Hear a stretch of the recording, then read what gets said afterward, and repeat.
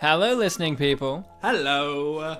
You're listening to Spin Polish Presents Unappreciated Masterpieces. I'm Ryan Sliwinski. And I'm Bartek. Yeah. Excellent. And we are both spit and Polish, likingly because we are always spitting. And yes, it has been like a gajillion episodes, but we are still both Polish. Hence we're spit and Polish, and we present Unappreciated Masterpieces. Bartek, for those not in the know, for those kids on the block that didn't get to join the party. There can't be too many, right? There's only a few. What is it that we do? What's an unappreciated masterpiece? What is all this stuff that our podcast covers and is about? Well, I'm assuming that everyone who's clicked play on this video has noticed how very long this recording is. It's long enough. It's long enough, yeah. Look at those digits, Ryan. I love digis. So a lot of you guys might be thinking, oh, the leftmost number is like the minute, the middle is the seconds, and the last one's like the milliseconds. But no. The left one is the hours. Is this an episode that goes for like 8 hours? I mean, look, they thought it might have been like 2 minutes, but it could be 2 hours actually. I don't want to pigeonhole us down to that. What do you mean, Ryan? We can look down and see how long this episode is. Oh my god! I didn't realize that that our lunch break really cut into the time. Yeah. Anyway, you've noticed how long it is, so it's like, what could they possibly be doing? What are these unappreciated masterpieces? Well, what we are doing is we are going to be talking not just during a feature-length film, but also before and after. This is the before part. Oh. And with us talking during the feature-length film, which we are going to play later on, we are going to be discussing why that film is one of the greatest films ever made.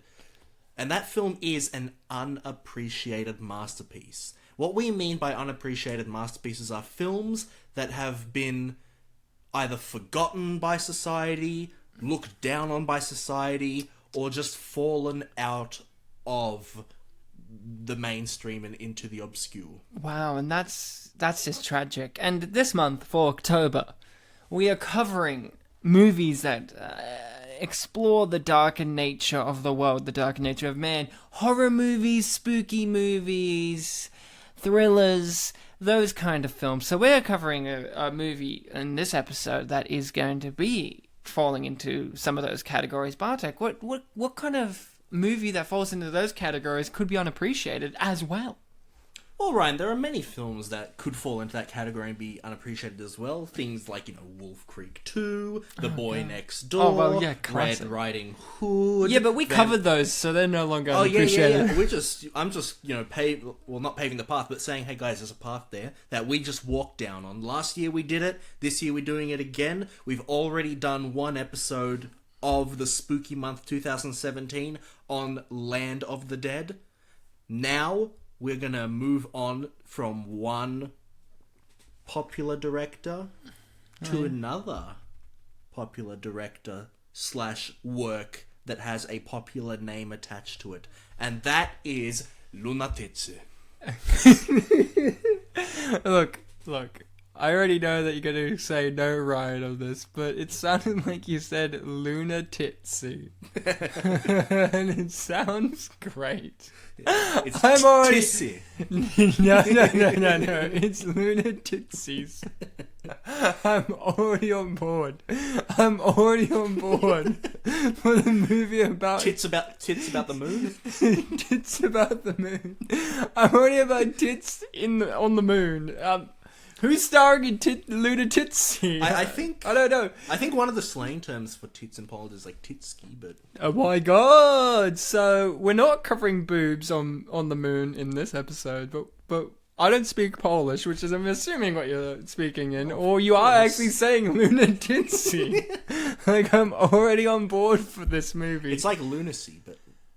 I'm already loony about Lunaticy. I can see the poster right now. I know you're It would be a woman's chest wearing kind of like that sci-fi bra, like that bra that's made of like that sci-fi costuming that's just like foil, reflective silvery stuff. Yeah, reflective silvery stuff, and tattoo. Tattooed in like glitter tattoo kind of sci-fi writing on each breast. On one breast it says Luna, and the other says Titsy, and then it says like the lead actress who's starring as Luna Titsy. It could also be tits on our favorite gang from GTA 2, the Loonies. No, well, everyone's favorite gang. No, it will be like Luna Titsy, and it will just be like Kim Kardashian is Luna Titsy, and it's like no. So for the audience at home, I was speaking Polish. I accidentally made the mistake again. Again, You know, like that you think I speak. It's like Polish. what, the 5th time I made this mistake? Yeah, it's only like 3 times. 86th.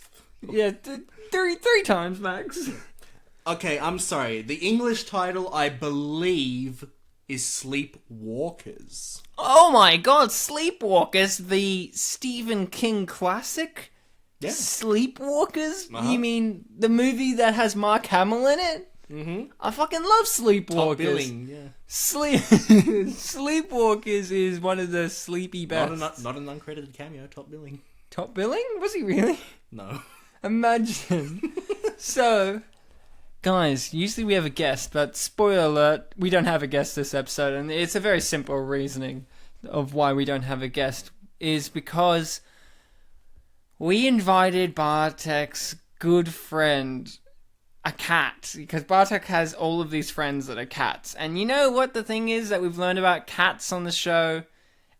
We've covered a movie called 9 Lives once, and we've had movies with cats in them. Mm-hmm. Cats are and in Sleepwalkers, we're going to be covering cats. They're very unreliable when it comes to podcasts, you know? Like we asked this cat to come on the podcast, they said meow, and we thought that meant meow, yes. Yeah. And it meant meow, no. And we didn't know that until 10 minutes before the show started, and that's why we have no meow guest. Yeah, meow. It's very tragic, meow. Yeah. So, get your copy ready, because you're going to be watching this with us. You're going to have a legal copy of Sleepwalkers on you, because I imagine everyone has a nice, tender, legal copy of Sleepwalkers, the Stephen King classic, right up there in his catalogue of work. Catalog. Get it? Yeah. Meow-a-log. So, I'm going to do a countdown of 3, 2, 1, play, and you're going But to do it press... in cat. Meow, meow, meow. Meow. You can say play. Meow. And you're going to press play when I say play. So get ready, because we're going to start this in 3, 2, 1, play. Meow. You did the meow then. Yeah, I know, because you didn't count down from meow. So Columbia Pictures are involved in this. Was it made in Colombia? It was made in pictures. Ah. Still images. The thing about film, Bartek, is they're made from a series of still images. Called Fremez. That's exactly it. And I don't even speak French, and I knew that's what he was saying. Yeah, you knew I was saying frames. Frames, yeah. And this film is very good in the fact that it has, from the first edition in 1884, a meaning for what sleepwalkers are. Because a lot of people, Bartek, are going to walk into a film like Sleepwalkers, where the main antagonistic or protagonistic, depends your point of view, figures are called sleepwalkers and are creatures of sleepwalkers. And a lot of people, if they didn't know the dictionary definition, which a lot of people don't know, they'll be like, "Oh, I've seen Popeye." Yeah, olive they're oils thinking and like, building. "Oh, this is going to be a movie about people with sleeping conditions that make them walk around and stuff." You know, like, oh, is this a movie where Mark Hamill, who's already in it by the way, with a great mustache and combed hair, you're gonna say, oh, is this a movie about someone who sleepwalks and murders cats and little girls, and Mark Hamill's on the case? No, you fools! It's Stephen King. He's above that. It's about creatures that are feline creatures that are also people. Humanoid felines that suck on the energy force, the life force of virginal women, specifically young. Wikipedia described them as energy vampires or something. They're energy vampires who are also cats but are afraid of cats, because cats can kill them with a scratch. And Mark Hamill... Many scratches, yeah. It specifically said, a scratch of a cat. And I'm like, well, one will do. Mark Hamill's here to investigate the case, and he's already said... shit, and look, a bunch of dead cats. If you don't like dead cats, this isn't your film. There's blood everywhere, and it has, Bartek, the movie already starts, there's fresh blood, animals dead everywhere, and the other cop bravely says something along the lines of, yeah, looks like this place has been empty for 100 years. And then Mark Hamill snaps back, well, it hasn't. Classic Stephen King dialogue. Because Stephen King goes that one step above everyone else. He says, no, I don't want a sleepwalking murderer story. I want feline humans that are in an incestual relationship who want to rape a young, beautiful virgin woman for life energy forces. And you know, with film, in fact, with any creative work, conveyance is always one of the most important things that you need to bring about. So... Oh my god, jump scare cat. Oh, thank god. This one has jump scares? I'm very scared because that was scary. Yeah, jump scare cats are real. Oh my god, that woman screamed while she fell dead. But that was scary. It was jumpy scare. But, so I was talking about conveyance. Yeah. I think that it is, you know, very innovative and very intelligent of this film to open up with a dictionary definition. So that you can convey to us, hey, you're walking in thinking this is going to be, you know, olive oil walking on buildings that are under construction. But Very, very obvious reference.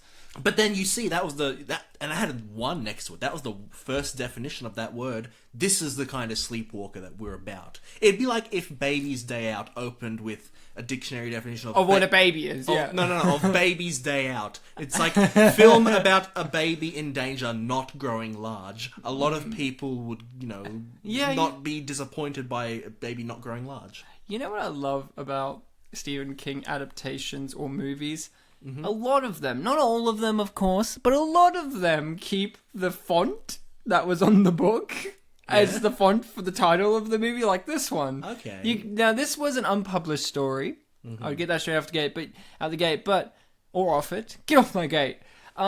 You could tell that's the kind of font that he would have on his book for Sleepwalkers, with the claw marks going into the W and all of that. Like, it's something he would have in it. Dan Martin doing a good job. I'll just probably say right now that I've never read a Stephen King book. Oh, classic. I want that image on my wall. Of a breastfeeding Catwoman. Not the DC Catwoman. I didn't specify. Well, dictionary definition, Ryan. I want that one too. This one of leopard with woman face. Oh, I love how they included like the energy beam. It doesn't look like a cock at all. Looks like a pipe. Well, like a sci-fi pipe. That you know, travel through. Yeah. You know, the thing about Stephen King is I've read a couple of his books before. Only a couple. I've read Carrie, and Carrie's a very different one in comparison to a lot of his. It's about the little orphan, right? Yes, it's about the little orphan, and the sun will come out tomorrow. Yeah. Carrie, I've read that one, and you know, I know a lot about his stuff. Stephen King isn't afraid to say, hey, let's get the kitchen sink and throw that in too. And you get that with his films, and you get it with his books. At the moment, why we chose a Stephen King was Stephen King this year alone in 2017 that I'm aware of has 3 adaptations made into films. You have The Dark Tower, you have It, and now just recently one called Gerald's Game. 3, it's a year for Stephen King, and here's the thing. Every year is a year for Stephen King when it comes to movies, it feels like. Because this movie was made in the 1992, I do believe. Yes. And they were probably making like 15 Stephen King adaptations then, and they just won't stop. Like Stephen King is that kind of author. He's prolific. He's devious. His work is one of those works that people have often said, and film has proved it to be true more often than not, that his works you can't adapt into films. Some great filmmakers have tried and succeeded, and some have tried and failed. Well, one of the most acclaimed films, I think, is The Shawshank Redemption, right? Yeah. And that's based on what? Like, it's a short story novella, yeah? It's not even like a full book. Okay. As well. And then you have ones like The Shining, in which it's very different from the book in lots of ways, and Stephen King hates The Shining, or he's warmed up to it the last couple of years. Didn't he, like, make his own version and it wasn't as good? The director of this movie did do the television adaptation of The Shining, and it was supposed to not be very good, but, you know, I don't want to... You know, if this guy, I do believe Mick Garris, the director of this, he's directed lots of Stephen King work, and this is one of the cinematic ones. He does TV ones, and his direction, his eye for that Halloweeny horror-esque feel, that dread is so on point. Like, look at this shot here. You know, how did they get the cat to come there? You know, these are the things you gotta ask yourself. And like, how did the trap not go off? Like, this is the kind of movie that makes you think. Now, Bartek, we usually go into this straight off the bat. How much of a history do you have with this movie, if any?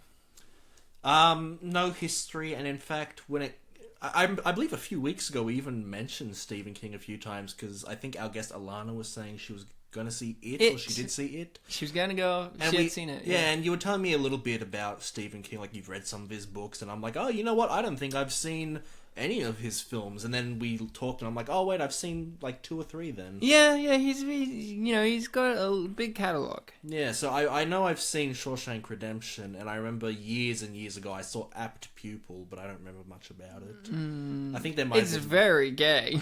I remember that part at least. But yeah, I think the most Stephen King I've seen is his impersonator in Monkey Bone. Oh, yeah, yeah. Which wasn't the trivia that like that was originally going to be him? But he couldn't do it because he's lame. Don't worry, he is in this movie. This is one of those movies where Stephen King does appear. I remember one of my favorite Stephen King cameos is obviously The Simpsons, in which Marge comes up to him and is like, oh, I'm a real big fan of your work at the moment. Are you writing any horror right now? I was like, no, I'm not writing any horror right now. I'm writing a biopic on Benjamin Franklin and how he tried to harness lightning to inflict it on his enemies and stuff. And like, as he's talking, it's all getting evil and dark around him. And then she's like, get back to me when you get to horror. And he's like, oh, will do. And like writes down on his like post-it note, get back to Marge when I get doing horror again. Like, and I imagine he did. What a hero. My history of this movie, well, Bartek, this is one of those movies I had never seen before, but I knew of it. Yeah. I knew of this movie. I heard lots of negative and wonderful things. Specifically one thing, which is there's one character who I'm already going to say is everyone's favorite character if they watch this film, which is the policeman and his cat. Yeah. The African American officer and his cat Clovis. Simpson is Andy Simpson or something like that is his name, and he's everyone's favorite character, with everyone's favorite character companion, a cat, a police cat. Yeah. And I knew about that, and I knew that Stephen King wrote it, and I went, Stephen King really does have something for cops and cats, I guess. Like, I didn't even walk in knowing that. I think I might have heard the title, but again, not really looked up anything about it and just assumed it was, about people that walk while they sleep. Yeah. Now, we'll get to Clovis later. It's so easy to go to Clovis now. Yeah, you did. This movie, for those who are still unaware, is a movie about sleepwalkers, creatures, who are a mother and a son, and they are not fully sure if they're the last of their kind. It's never fully answered. Yeah. A lot of things aren't answered, but that's good. And they moved to this little town, oddly enough, not in Maine, which Stephen King always writes in Maine. Yeah, I knew that trope, but I never heard where this was set. It was in Illinois. Oh, is it? Yes, Travis, okay. Illinois. It says in the little title at the start. All I knew that it was not Ohio. It's not in Maine, it's in, Travis. And it's about these mother and son who, yes, are in an incestual relationship because, Stephen King isn't shy away from incest. I mean, in his book version of it, there's a nice underage gangbang in there because Stephen King's not afraid to delve into the darker nature, the darker sexual depraved nature of man or cat people. And it's about these creatures needing the life force to survive and keep going out throughout America and trying to find other sleepwalkers to breed with and make sleepwalkers rule the earth, I guess. That's what I can gather from it. That's a pretty big ask for a film. And I'm surprised, Bartek, you said to me, was this based on a book when we were chatting before we started recording? Yes. And it is shocking that this is an unpublished story. Because this kind of story could transcend into a whole book series. Like Stephen King, Oh, yeah. 1,000 pages for 10 books. Like, you want, like, what's the Sleepwalker mum about? Like, who was his dad? What happened to the pedophile teacher's body? These are the kind of things that I imagine Stephen King would be covering in his book exclusively. Yeah, if he made a full book, there would definitely be a lot more. Because I remember reading, I can't remember where, but somewhere on the internet, there was a statement saying that, some people would have thought that this film would be better if it focused more on the, when they mentioned, like, we were chased and stuff like that by a organization or people or a group. Just the town. They thought like, maybe their story of how they got to where they are might be more interesting than this, which is sort of like a damsel in distress film.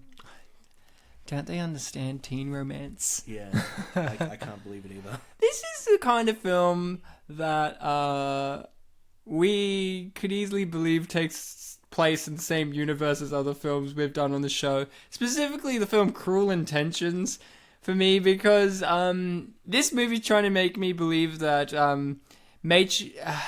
what's her name?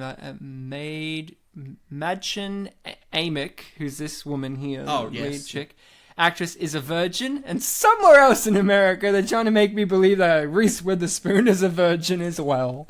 Like, these are the kind of things that I love. These are the kind of things I love, and with these two lead actors, they're both very famous for their own regards in cult TV.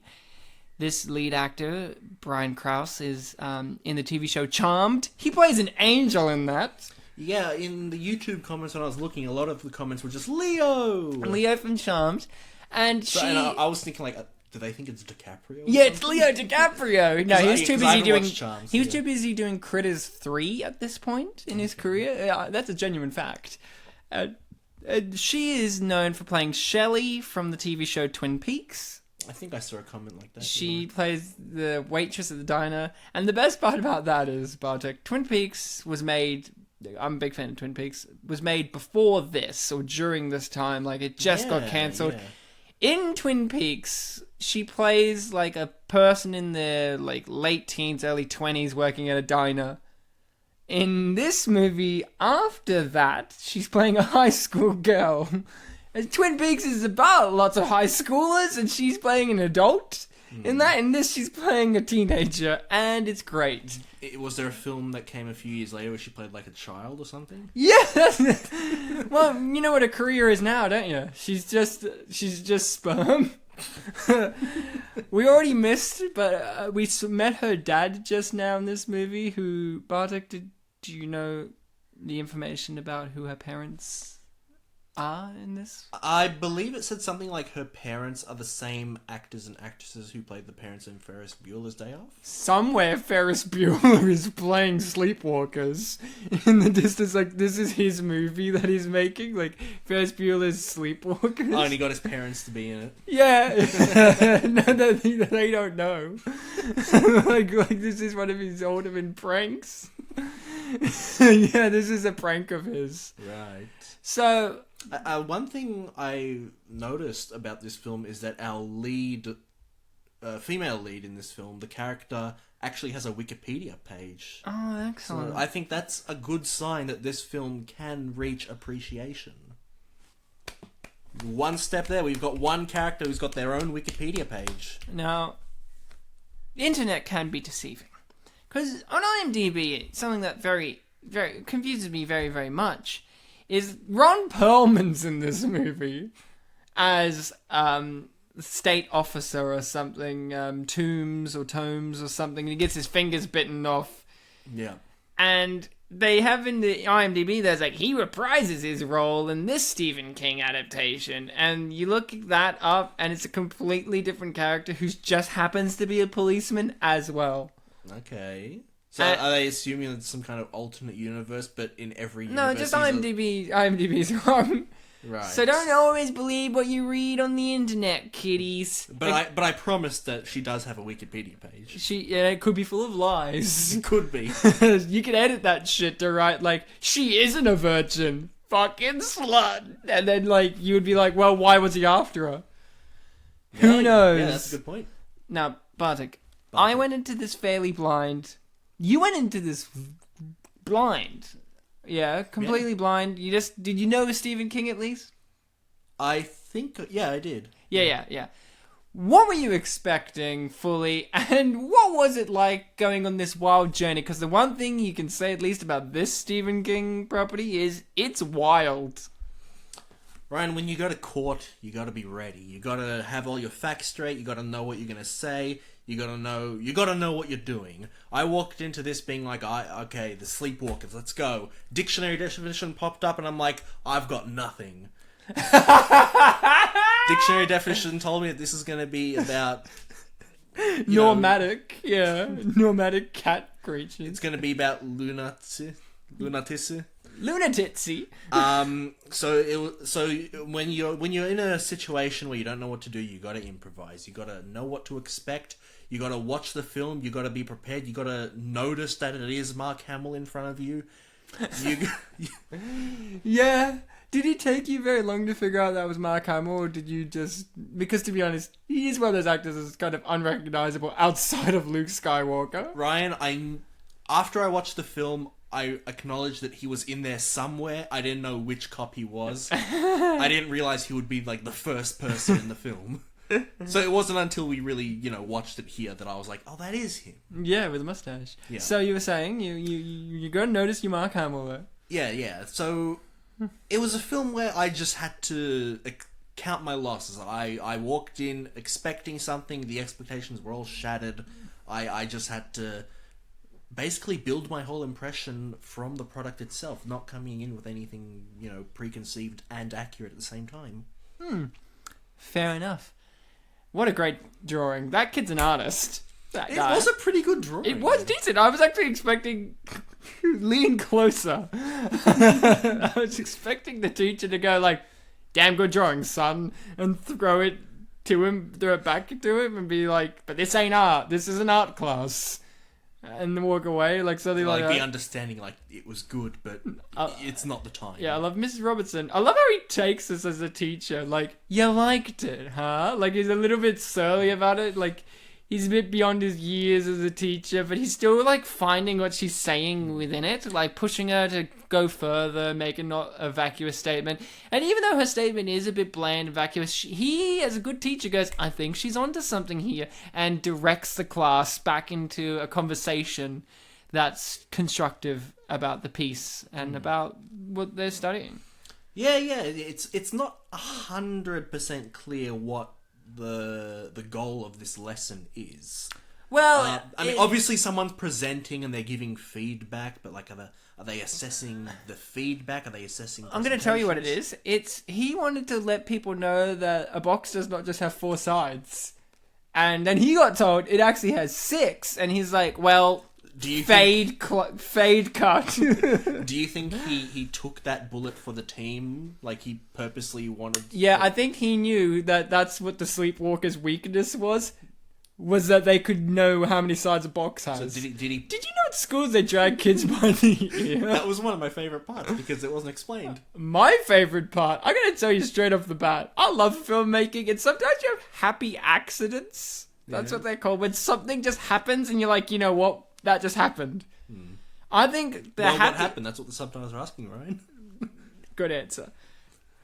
That's your answer back. What I was going to say was a happy accident I really love in this film is involving an animal. Mm-hmm. I know there's a lot of animals. Oh. Do you want to say it? Was it when like the cat looked at the camera or something? No. Oh. During a chase scene with our Clovis, our precious Clovis, a lizard runs onto the road and backs away. Really? Yeah, you're gonna have to watch this. You'll have to point it out. Yeah. There's a bit where a lizard like runs out and goes, "Oh shit!" and runs backwards. Okay, I remember there was. It's so good. I remember there's a part where I think it might have been Clovis. There's a part where there's a cat at like the bottom left of the frame. And it's like looking straight ahead, but then at one point it turns to look right into the camera. There's a bit where... See, the thing is, this movie does something that no other movie dares to do, which is say, hey, cats, the most soul-sucking black vortex of on-screen charisma when it comes to animals, and just the pure fact that they are kind of like emotionless when it comes to films. You know, like in animation. Their faces kind of look the same. And you can't train them as well as you can dogs, say. That's fair enough to say. There's only a few cats that you can train really well, but not all. And it usually happens in, like, scientific experiments, like the Skinner cat box or whatever. Yes. And, like, in films and all that. And this is a film that says, let's get 15 fucking cats and get the camera to do a pan around and all of them follow the camera. And we'll say, cut, and put it in. And you know what? Stephen King said, good shot, buddies. I love cats. The musical as well. And then they told Stephen King to go talk to someone else. Did you know Sleepwalkers don't use car doors? Frequently in this film, Sleepwalkers just jump into cars. I thought he just didn't know what a door was. Well, it's because he's not mortal. You know, he's immortal if he drinks... Ryan, if you were a cat, would you go to the effort of trying to open the door? Or would you I just look at the camera. Well, you follow it, yeah. But I mean, like... No, I just look at the camera. But look, if you're a cat and your motivation was... This is what we learned in university, right? Okay, meow. Your action, your motivation is... I need to get into that car. Windows rolled down. You're going to go to, like, the whole big Rube Goldberg effort of trying to open the door, or you're going to hop in. Hop! Hop! Yeah, or pounce in, whatever. First, I would kind of do a figure eight near the door and kind of rub myself... What's your action, Ryan? I'm doing a figure eight. No, your action, Ryan. What do you mean? Oh, I'm feeling very good about myself. And then I rub myself up against the car and then hop in. Maybe sniff around. How many fucking panties does she have just laying about? Like, my girlfriend actually said to me, Ryan, make sure when you do the episode, do a counter for how many cats they kill. Like, the fucking first scene has like 80 cats. I'm just not going to do it. But we could do a count of how many underwear she has. So she's already chucked she's already knocked 2 panties and 2 bras. So that's like, you know, that's 4 of it. And this is the 5th. Yeah. Jeez, 5 whole underpantses. Yeah, I'm not really one to leave underwear, like, lying around. I leave them in a pile, like, all of my clothes, like, near my bed, but not, like... Yeah, I do the pile as well. This is a virgin, my man. Like, if it was some woman who's had sex a lot and her clothes were, like, her panties were, like, flung everywhere, you'd be like, oh, okay, maybe. She'd have a line of, like, oh, what's that doing there? Guess it was a pretty rough night, huh? And then their period panties, and you're like, oh, that's a bit awkward. Didn't have any tampons.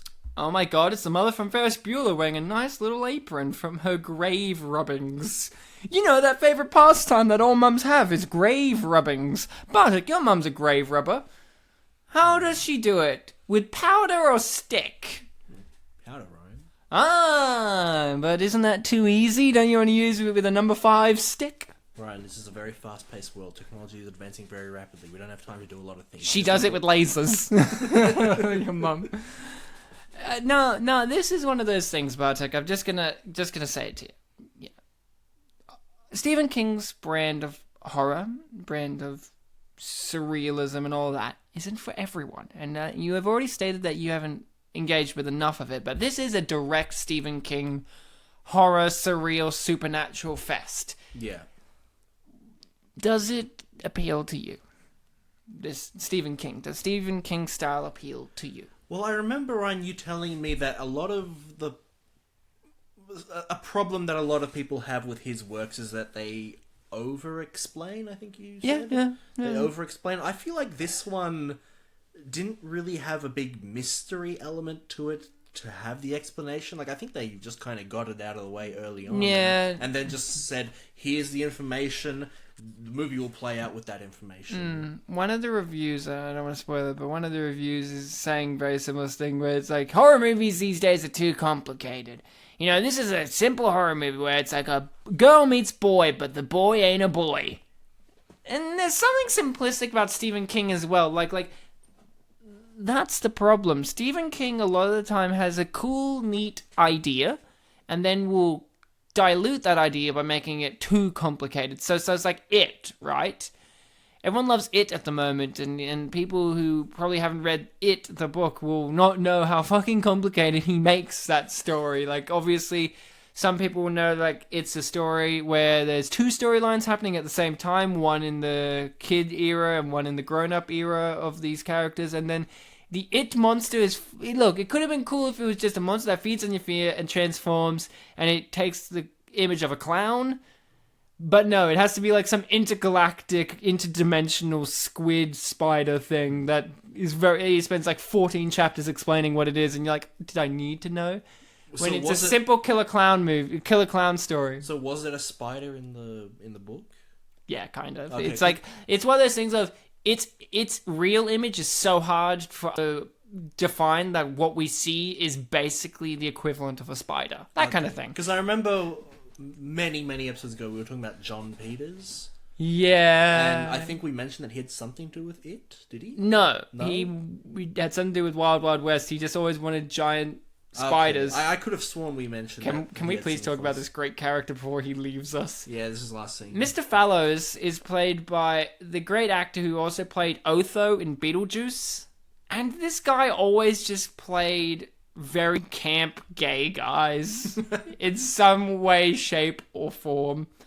He's very gay. And in this movie, it didn't really matter because he wasn't playing gay so much, but just like a teacher. And then in this scene, we learn that the teacher is not just a teacher. He's the only person who knows or sees through this guy's facade because he actually has done his work and sees that he's some stranger and Paradise Falls doesn't exist and all this stuff. And instead of wanting money or some kind of blackmail, he wants just to have sex with this guy. He wants to rape this guy, basically. And our villainous anti-hero, you could say, says, "No, I don't want homosexual sex, thank you." And does one of the best horror moments ever. Rips off his hand. People should really learn to keep their hands to themselves. Here's yours. And hands his hand back to him. Can you imagine this guy's last moments? He's like, I just held my own, like, severed hand, and then a catman killed me. Yeah, that's, Do you think he would have lived if he just let him keep running? He would have bled out? That's a good question. I think he would have been fine. Yeah, he would have been fine. He would have cauterized the wound and come back like Ash in The Evil Dead with a chainsaw hand. Yeah, I agree. Bartek, what did you think about this character and the sudden reveal of his true intent? You think he's a good guy at first, but then he bad. You know, to tell you the truth, I didn't actually think about what it was that he wanted. He put his hand on his cock and said there are other things that people would like. And then the guy's like, no! So you didn't... I guess I didn't notice he was reaching for the cock. Well, did you notice this time around? Second time viewing, did you notice the homoerotic moment? The rapey moment? Well, I see it more now, yeah. Yeah. For sure. He gave his hand back to him. Here he is. The fucking hero of the movie. Yes. Clovis. And the policeman too. But Clovis. Clovis and his friend. Clovis and his good friend who sings... He calls himself Daddy, so Clovis and Daddy. Who sings to him. Yeah. He sings... There are moments in this film where they're having supreme tension, and then they'll cut back to this guy singing. I remember when I first heard his voice, it reminded me of...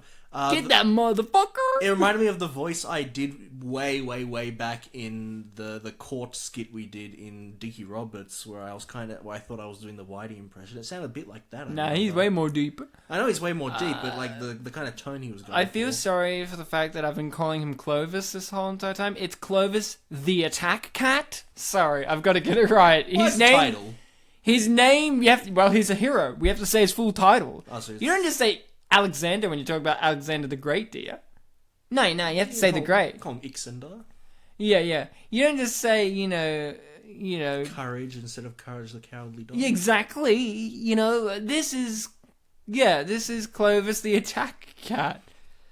Mr. the Attack Cat. Now, this is a very important scene to look out because our hero, villain... The dictionary didn't tell us about this, yeah.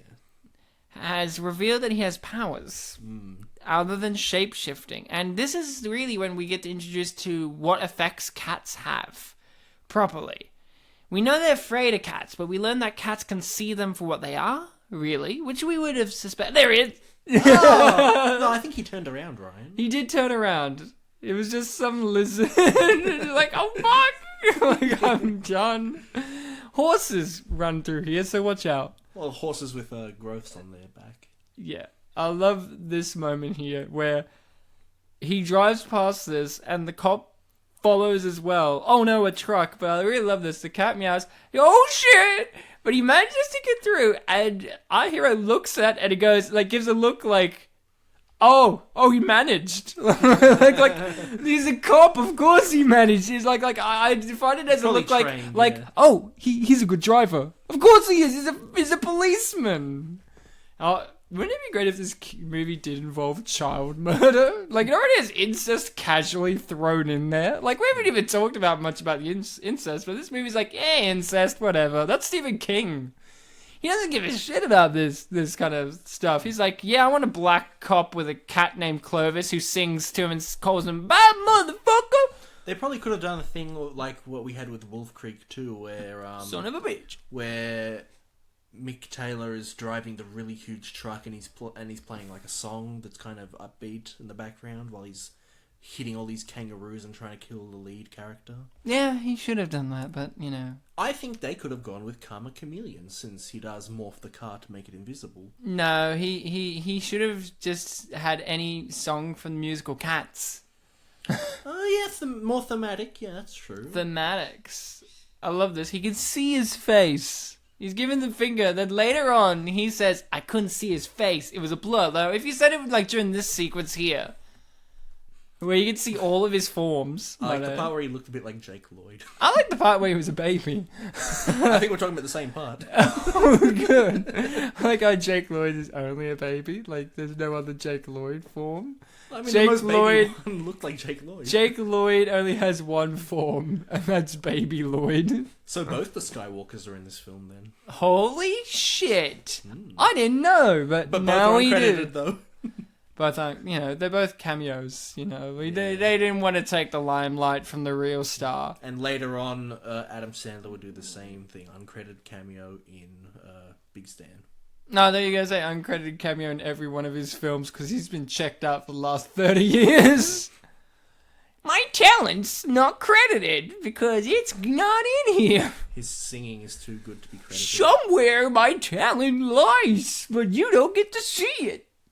That was a good Adam Sandler impersonation, me. Good job. I didn't realize I had it in me. But you did. I did. That's your like I can make cars invisible. That's your Stephen King story. That's and that's how I met Stephen King. Oh, okay. Everyone meets him. I thought I was talking like, the story he wrote about you, but you're talking about the story of Ricky? Met him. Story of Ricky O. Ricky O. Sheriff, you're doing a good job, buddy. He's not the sheriff. He's just a cop. He should be the sheriff. He should have been. He's got a sidekick that's not human. I love that his partner's a cat. Like, usually cops have partners. Yeah. He doesn't. He has a cat for a partner. And they all, deal with... I love when they go back to the police station. He has a little basket in there for his cat. And everyone just abides by this... Stop looking at me, you fucking cat. Yeah. What does it say under his name on the tag? The attack cat. Oh, okay. I wasn't just making that up. I thought he said it. No, it just says it on his name. I mean, if this badge says it, then that's it's his name. Clovis the attack cat. Yeah, and again with that. There he is. Is he looking at the camera? Yeah. Not only do people usually have partners, but if they do have an animal, it's typically like a dog because But this guy loves cats. But this guy loves cats. But, you know what they say? Some people love dogs. Some people love cats. You're a cat person, Bartek, that is and true. I'm a dog person. And that means if you were a cop, your partner would be a cat, and if I was a cop, mine would be a dog. But I think what this film is trying to say here is, there are many body types in the world, and all body types, well, not all, but a lot of body types are more suited to certain things than others. And that's what Stephen King is really saying. Yeah, like you wouldn't have you or me be a sumo wrestler, but you would have a obese but fit person be a sumo wrestler. That's exactly right. Normally, if you were to have a police animal, it would be a dog because, they're agile, they can be aggressive, they have great smell, they respond well to orders. And, that means, that's the obvious choice. But if you were to pick a cat over a dog, that's got to be an impressive cat. Yeah, well, you know how impressive it is. it leads an army of cats later. Like, that's how impressive this one particular cat. I mean, Basically, if you're foregoing a dog to have a cat, don't mess with that cat. yeah, pretty much. Don't mess with cats. If yeah. you're foregoing a sumo wrestler for, I don't know, one of us, you better watch out for us. But only in a sumo ring. You can still shoot us with a gun. Yeah, exactly. I love this cop, how he dies later. Now, here's something I really want to mention. This is very important. The mother. Which mother? The mother of the sleepwalker mum. Yep. Cat mum, we'll call her. Cat mum. Meow mum. Meow mum. Yeah, meow mum. Lunatitsky mum. She's played by Alice Krige, or Krige, and she is well known for being in Star Trek as the Queen of the Borg. Mm-hmm. You know, the Borg, they're like the bad guys, kind of. Oh, no, kind of. Like, Star Trek deals with more ambiguities of people, but the Borg are just that, you know, the hive mind collective where they'll assimilate you and make you a Borg, you know, cyborgs. Oh, yeah, I know about that. Resistance is futile, all that kind of stuff. She's the leader of the Borg, which is always questioned, which has always been a question I've always wanted to ask, like, why? Why would a collective mind have a leader? Like, the whole point is they're one. But why would there be another one that leads the... It's because you have to put a face to the enemy, that kind of thing, you know, for a movie, right? Okay, yep. But I just love that she's in this movie playing an evil, emotionless woman as well. But then she gets emotions when... You killed my son! My only son! She had a lot of emotions of lust throughout the film. Yeah, she's mainly afraid. And jealousy, it seems. And afraid of cats. Although the jealousy comes from an insecurity, because, I mean, I think Mummy is number one for this fella. Well, they do have sex.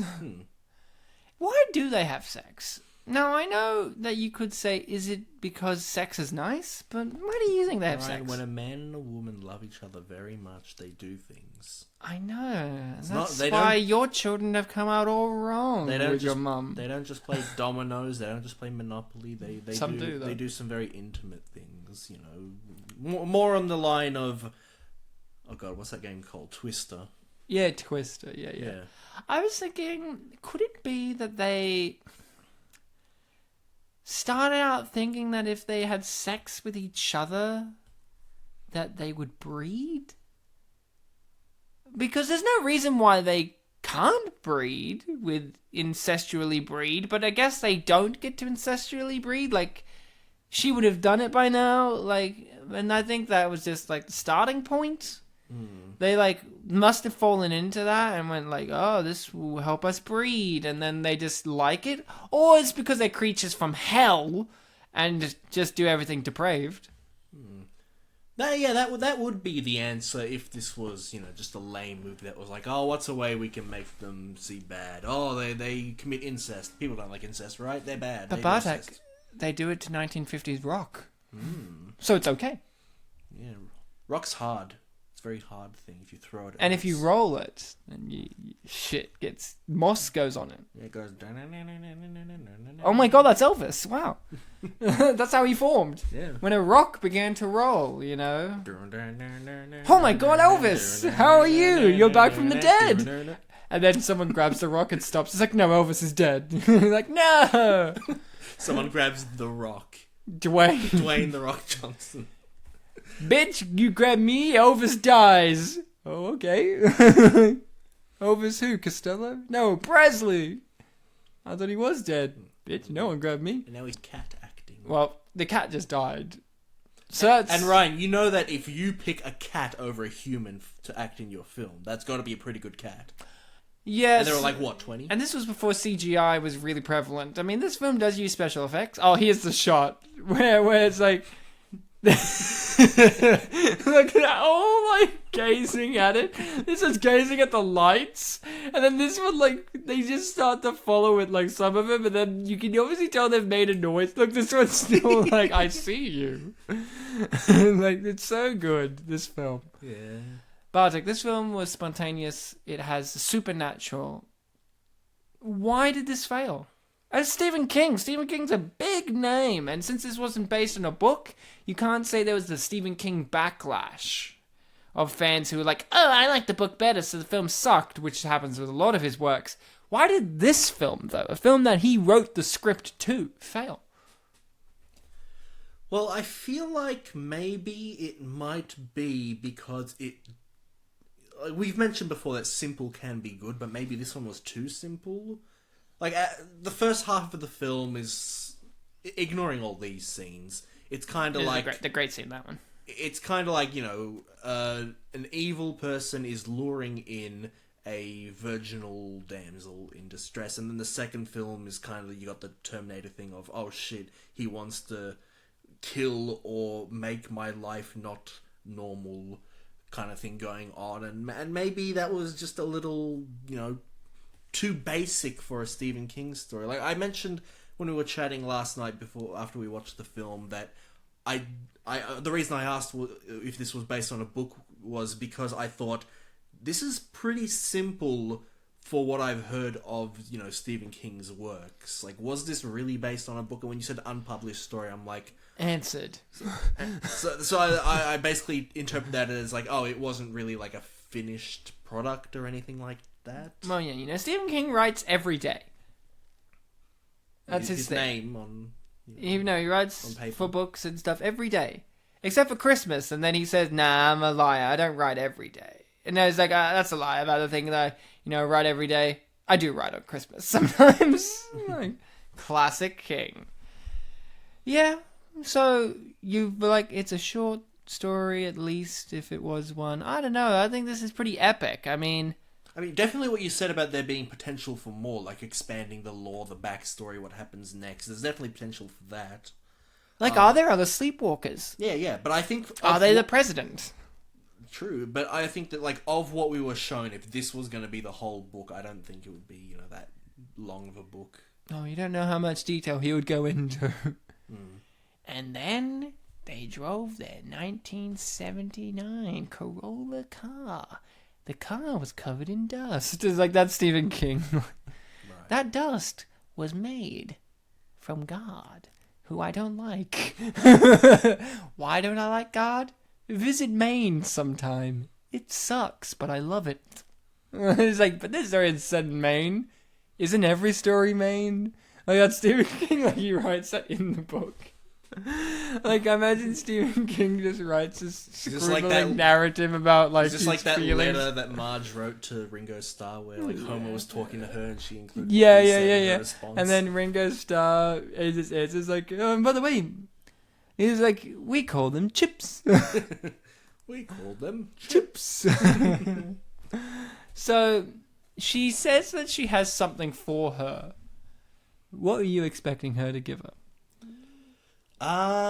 That's a good question. So for the listening people, the answer is a rose, which she puts in her hair.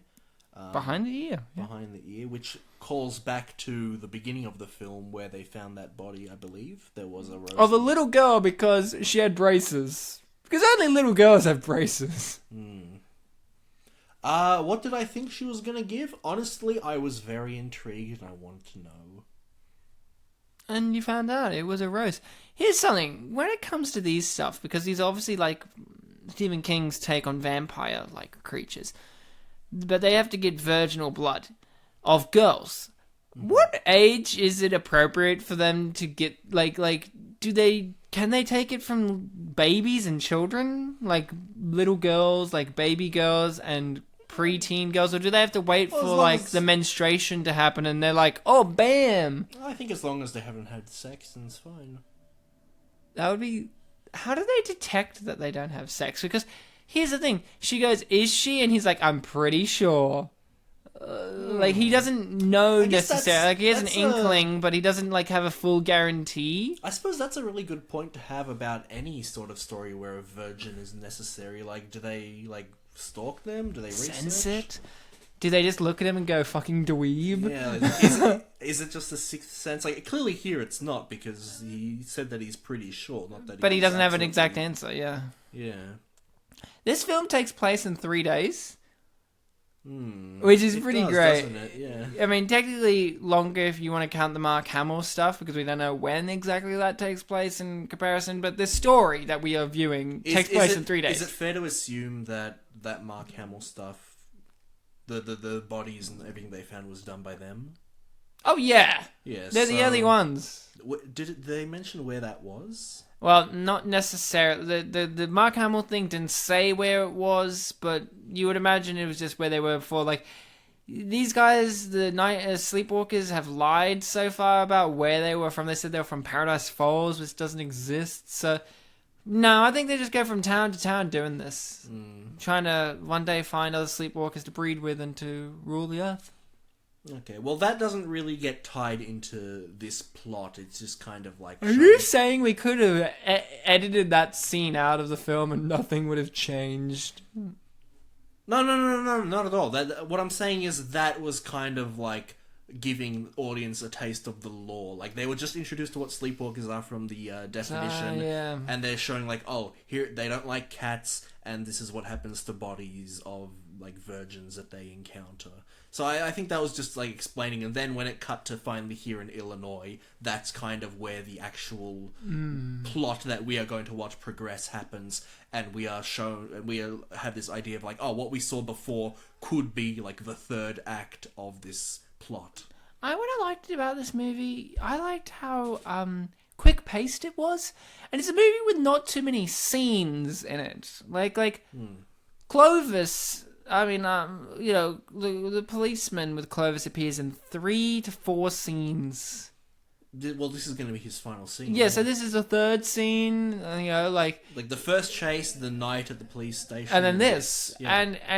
and our main guy, Brian Krause, he exits the movie after this scene, really, like he, after they go invisible. Sorry, it's like when I mentioned that this is like a 2-act film. His time to shine is this act. Oh, he's one more man and he's off to the rodeo. I love this. Like, this is like a scene where they're building some romance but some tension, and then it'll come back to, he's a dick, I don't like that dick. It's like, what is wrong with this guy? If you reveal that this character has some autism of some sort and they just allow him to think he's a policeman... I don't know. I think I'd believe you. I think with a tough job like police officer, you probably see a lot of shit. You got to be about. Yeah, especially in Travis, Illinois. Yeah, you see a lot of shit go down there. Like cats are everywhere. I mean, Ryan, if you wanted to get to Chicago, oh look, the camera went. Yeah. Did you notice how in the framing he's always at the top part of the frame? Is that symbolism? It's symbolism saying like he's always on top. But if you were to take the film literally, so he's a top guy. You would see that the subtext is there were actually points, if you ignore the framing, where she was on top, hinting that she will survive. Well, if you actually put subtitles on, it actually says exactly what we just said, word for word. like it was pretty amazing. It's still doing it right now. Pretty amazing. Yeah. And now it ends, and then the subtitles don't work ever again. Our entire comedy, we're just reading the second subtitles. In our entire commentary or comedy? I said commentary. Commentary. I thought you said in our entire comedy. I'm like, it is a comedy. Are you saying that this is a comedy, Ryan, not a commentary? Well, life's a comedy and films are a tragedy because this is so tragic it didn't make it. I'm still scratching my head, to be honest, of why this film failed. I just don't understand it. It's got Stephen King's name on it. It's an original work, so you don't get those Stephen King purists who are like, it's not like the book. Guess what, bitches? There ain't no book. Stephen King wrote it his motherfucking self. So what are you going to do? Complain that Stephen King did a weird, silly property? What are you, nuts? No, Ryan, their complaint would be, it's not as good as the script. Yeah. When I read the script, I imagined that everything was the way that I would have directed it, but I'm not a fucking director. I sit here masturbating over Cheerios. That's the kind of man I am, and I don't like things at all. Yeah, you know what? You're right. The Stephen King script purists read this and said, for fuck's sake, Mark Garris, you did some really good adaptations of his other works that I appreciated, but this, fuck you, man. I read the script that Stephen wrote. He sent it to me personally, because he's always in touch with his fans. And I say I would have done it better. And that man grew up to be Zack Snyder. Like, he saw this. And he still hasn't done a Stephen King adaptation. But can you imagine if he did? It's me, Zack Snyder, and I'm gonna do Sleepwalkers. Now imagine this scene done exactly the way it is, but it's a murky yellow color. And you can barely see anything that's happening. How artistically brilliant would that be? Pretty artistic. Pretty artistic. And the characters will be wearing really nice capes. I really like what that shot was coming over towards him. You think it's like the cop maybe coming over, but it's no one. Yeah, it was just a cameraman being like, I have to film this. And then he went home to his wife. Like, and you they didn't went, call the police? It was a film, honey. You had to explain. And then he had to explain, and then she was like, but were they a part of the film? Oh, I don't know. I didn't check. Like, we just went to this graveyard, and there was a Catman attacking. We put makeup on the guy, but there was this Catman. No, he didn't see that. There was just this Catman attacking this poor innocent girl. We put Jake Lloyd makeup on him at one point. Wait, this is before Phantom Menace, so maybe, and before Jingle All the Way. So maybe it was Jake Lloyd. Oh, this is his first role. Oh my god, he really is like a child actor. Yeah, like as a baby. Yeah. Goo goo gaga, I'm the best thing of my career is the Jingle All the Way, surprisingly. And then he sees like a really pretty makeup lady. He's like, "Are you an angel? Are you an angel? You know, the universe would be better if people were nice to each other. That's like one of my favorites. It's like some I'm paraphrasing. I can't remember. It's like something like in 30 minutes, like that's the moral he learns. It's like the problem with the universe is that people aren't nice to each other. Aren't nice to each other. It's like such a child. And then his friend comes up and is like, "This is so wizard, Annie." I like the fact that he doesn't learn anything. Like, she grabs something and hits him in the face, and then she's grabbing something again, and he still doesn't look. Like, look at her fucking hands! And now you don't have an eye, but he seems How pretty... can you look now, Ryan? Yeah, but he seems pretty okay without having an eye. Like, here's the thing I ask. If you blinded him... I love this. Tanya, when exactly did I lose your trust? Like, he goes full psycho in this scene. Like it's a different character. Well, yeah, he wants to like get information for next time. Yeah. Oh, summer man, come on, you get your fucking ducky, get your right foot, get off the stage, you fucking jerk. Are we up to the part You where know you he pissed sees me Clovis off. is sleeping? I think we already seen that. He already like scratched his neck. Like, Clovis, you sleeping, man? What are you doing? You sleeping? Yeah. That was my favorite of his lines. I love Clovis. He's the real. Sorry, Simpson just gave an evil smirk. And again, he's a terrible policeman. He doesn't call for backup. He was about to, but then he saw... Yeah, but then she's like, call for, like, let me out of here, call for backup. And he's like, nah. This has one of the best one-liners ever, which is better. It's good because you could have made it even better. The guy gets stabbed in the fucking ear with a pencil. Makes me ask, where did he get a pencil from? He stabs in the fucking ear with a pencil, and then he jumps in and he's like, Cop Kebab! But, you know, another filmmaker, a lesser one, would have said shish kebab. But he just says cop kebab. Well, because he's a cop. Yeah, but you know what I'm saying, yeah? Shish kebab. He's like, shish kebab. But no, he's like, cop kebab. It's like, excellent. Well, they're different things. Yeah, but he's referencing a shish kebab, yeah? Shish kebab's like... what's a shish kebab? It's an Indian, like, meat entree. On a stick, yeah? No, shish kebabs are just, like, little... Well, there you go. It's okay. They know. Kebabs are... Well, no, wait, those are the... Kebabs, yeah. Those are the Lebanese things. Whatever, I know what you're talking about. The stick ones. The skewer things, yeah. Cop kebab. Those kebabs or something? Kebabs. Who knows? Well, no, we need to get into this, because Stephen King wrote that line. Did he? Oh, yeah, he did. Yeah, he wrote all of it. Unless this actor's really good and improvised that on the day. Like, he's like, hey, guys, I got an idea. I know later on I'm going to play Leo from Charmed, but I want to show my bad boy side. Give me a pencil. Don't tell the other actor what I'm going to do. All right? Do you want a prop pencil? No. I want a real fucking pencil. All right? Give me a real fucking pencil. And he legitimately stabs him in the ear. The guy falls down, and he's like, all right, guys, we got one shot at this. Kebab! And she's terrified because he's legitimately stabbed someone. And then he's legitimately surprised when the guy is alive. He's like, how are you alive? And he's like, motherfucker, fucking do. That's his brain damage coming in. And then he just like, you know how like with some toys where their batteries run out and they kind of jolt forward, like they keep jolting, like and the sound screeches. That's how he died, and the actor never worked again. And this is a sad bit. I thought this was gonna be. I like how he had blood-stained whiskers, might I add.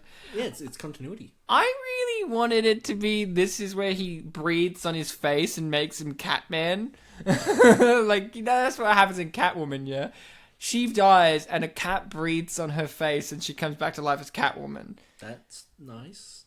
They should have done that with him. Like him as Catman. Like in the end of the movie, he scratches the mum. And she's like, you fucking idiot. Because everyone scratches each other in this movie. Yeah, I noticed that. And then she scratches both of them on the face. Can you imagine him coming up and be like, meow, motherfucker? Fucking hate pricks. And scratches her on the face. He's like, idiot. And then she's like, my face! Oh, it burns! And he's like, meow, I'm Catman. And then, like, you see, he's still in his police outfit, but he's now, like, attached like a door snake as a tail to himself. Like, you know, like, just he's got, like, from a store, a black door. See, now you're making it more complicated, right? Like, now it's becoming Stephen King. Now it's becoming... And then he's a spider. Because Stephen King is afraid of spiders. And John Peters like, my work here is done. I can go off back into the obscurity of Hollywood. And then he starts singing some Will Smith raps on his way out. Wild, Wild West. Desperado. No, you don't want no. I like how you know that lyric. You know lyrics to that. Because what he says afterwards, I don't know what he's saying. Nobody knows what Brother, Will Smith this said. money for the Buffalo Soldier. It's because he's swearing and they didn't want to let you know that. Will Smith doesn't swear. No, he's... What is this? Some kind of Suicide Squad? His grandma said, no swear. And he said, okay. Okay, that's fair enough. If she said no swear, then that's okay. Ugh, pass. Bartek, what is what is an injury that you've sustained from an animal that you can vividly remember? It's not going to be as extreme as this. I'll be the judge of that. Well, I mean, I do only have 2 arms now. My third one's gone. Yeah. I remember my dad's cat in Poland. What was its name? Kijor. What does that mean? My dad says that it is... You know what? It sounds like your dad's a liar. Because the way he described it... The way my dad described it is it means, like, it's a word you call your friend as if you want to call them, like, a mad motherfucker. But it's not, like, a swear or anything. Yeah. I think it's, like, one of those, like, oh, dude or man kind of things. Like, Kijor. Hey, come here, Kijor. Chodź tu, Kijor. I think it's that... Luda Ditzy! So, when he was younger, he's a friendly cat, very lovable. But when he's behind covers or something and, you see, like, bumps moving around, your cats will attack it. His claws were especially sharp, and I remember one time, like, he was under some covers, I'm like, I have to get him out from under there before something happens, and, I, like, tried gently pushing the cover, and he, like, swiped, and it wasn't a really deep cut, but it was a lot deeper than I was expecting it would be. So it was more like a shock thing rather than it being a horrible thing. That's great. I listened, and it was really emotional what you said, because one of the things I've had was I had a pet blue-tongue lizard, and it bit me, and it was, like, on the knuckle of my finger, and I just flipped down, and just shook it off, and, like, it wouldn't come off. So I had to smack it against the sink, and it came off in shock. But that's okay, because it was fine. It was fine. We missed Stephen King's cameo in this sequence, and the thing I wanted to note down was every interaction he had with a person, he closed his eyes to clearly memorize what he had to say. Yeah. What, the actor? Stephen King. When he walked up to the policeman, he closed his eyes and started talking. And then opened them when he finished his line, and then walked over to the next person to do that exact same thing again. Are you sure he wasn't just, like, trying to be a bit of a... He's a method actor. Like an autistic kind of character? Stephen King, he's autistic. I don't know that for a fact, but imagine. He probably did too much cocaine that day. He's not autistic, he just has a sidekick. You saw Monkey Bone. Oh yeah. Oh, I thought you were gonna say he has a cat sidekick as well. Like he's like Stephen King in the cat universe, where everyone has a cat sidekick. I love the fact that he has a little fly that was buzzing around his hat there for the entire scene. Hold on, wasn't his sidekick a dog in that film? Who? In Monkey Bone? Oh yeah, but that's a universe where that wasn't actually Stephen King. Like it was a pretender. This is really Stephen King. Was a pretender. He's a dreamer. Stephen King can't be stuck in the Monkey Bone dreamverse and be here. So that film's also in the Cruel Intentions universe? Everything's in the Cruel Intentions universe. Oh. The modern day world is in that universe. He was what? Very charming. Until he wasn't. Well, no, he was in Charm, wasn't he? Charmed? He was in Charmed. Yeah. So he was charmed by her. So he became charmed. He did become it. Well, there you go. Hey, look, it's Clovis, and he's looking at things. Can I have that cat too, by the way? And no! She's like, we got to make Clovis a thing. You know what? We should let me wipe my nose. There's some blood on that, and I need to wipe that right off my face. Off her lips and her So, moustache. I think it's easy to say that Clovis is our favourite character. I mean, the cop as well. Yeah, the cop too. They're the same person. It's really a duo favourite. Yeah, it's a duo. But I do want to give a shout out to Ron Perlman in this movie as Tomes or Tombs. Some people pronounce it one way, some people pronounce it the other. So I'm like, what's the definitive answer? Well, maybe he's Polish. And he's like, you got one hysterical girl here, and she clearly needs a good smack on the bum. And if her parents aren't going to do it, I'll be happy to. And it's like, who are you? Where did you come from? I was like, there's a cold draft, and he's like, oh, cold draft, you want one? I loved him in this, because he dies or gets knocked unconscious by his arm being broken to the point where the bone comes through, and she smacks him in the head with his own bone. That's great. I mean, it's not as bad as the cop who was pushed, but it was pretty bad, yeah. The one who was pushed, yeah. There's a cop who's just pushed. yeah, it was pretty fucking bad for him. Yeah. Because he got internal injuries. Yeah, he couldn't get up, so well, he's out of the film. Fixing a broken arm is easier than fixing internal bleeding. So if anything, Ron Perlman got off pretty lucky in this movie. With just his fingers being bitten off and his what's the bone in your arm called? I don't know. I'm not a bone expert. Is that your femur? It's your boner. Okay, your boner just rips through your skin and knocks you in the face until liquid squirts in your eyes. Is it forceps? Or is that a muscle? No, that's a muscle. Those are your forceps and biceps. Talk about the bone, man. You're not a bone expert. Nor you. Well, I got a bone to pick with you. And it's the femur. I know the femur's something. Sternum, does that? Maybe, let's just say it's the knee bone. Yeah, knee bone stabs through his arm. She got really up there. So, Bartek, where did you expect this movie to start heading around at this point? Because you went in blind, you were like, fuck, I'm not prepared for this. But we always have an idea of how movies are going to kind of play out in our heads at some point. Well, I suppose my big question here was Charles Brady was almost the main character of this film up to this point, but right now he seems to be out of action. He did. So is he going to have to step down? Or is he going to get better? That was kind of like my thing here. And I was thinking, like, I don't think he's going to get better. So I think maybe he's going to die. And then the mother would either have to step up the antagonist role or run away. So I was like, which is it going to be? Are they going to press the A button to pick this option or the B button to pick that? And they clicked the B button, right? She became the antagonist. Yeah. It's sad, really. It's really sad. But, something else, Bartek? Is it related to being sad? I'm really sad that Ron Perlman reminds me of apes, as well as Ben Stiller. I love this. The guy gets his foot trapped, and Ron Perlman's like, oh, shit, motherfucking idiot. I'm going to play Hellboy. Goodbye. Just walks away. Imagine that. I love that policewoman where she was just like, no shit. Like the guy's like, yeah, a lot of cats. He's like, no fucking shit. Like, what's her problem? Well, no, I think what she was saying is no shit, and there should have been other officers like, that is true, cats bury theirs. Oh, that's true. Yeah. No, that's true. You really nailed it. Do the cats always bury theirs? I think, they're not genetically, they tend to have the natural habit to bury their poo-poo. Yeah. Someone's hungry, Ryan. It's God's hungry.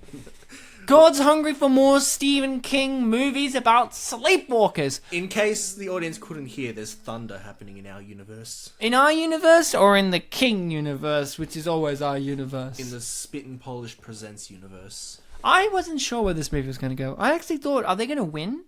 Because they have been leading up as them as protagonists. You know, they're obviously the antagonists, but we see a lot of them. You know, Madchen Amick has not really been much of a protagonist. She's been a reaction. She's a character a protagonist that is very, she reacts to everything that happens to her. She doesn't really take the leap until the end, but that's what those kind of characters do.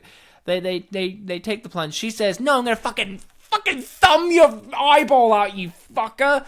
And I applauded that, but then she couldn't drive a car. Because she's only a child. She doesn't know how to drive. This cop was great. I loved Bartek. I really want you to note his face when his gun runs out of bullets. Yeah, he was not excited about that. He had a great facial acting lesson that day. They're like, could you do your face more? Now, I think he gave the lesson. It was so good, yeah. These two were actually married in real life. They divorced in 1992, the year that this film came out. Probably after the shooting was done. The film probably broke up their marriage, you know, because they were like, well, we did the best performance of our career. And the wife said, no, we're going to do more better performances. And he said, no, darling.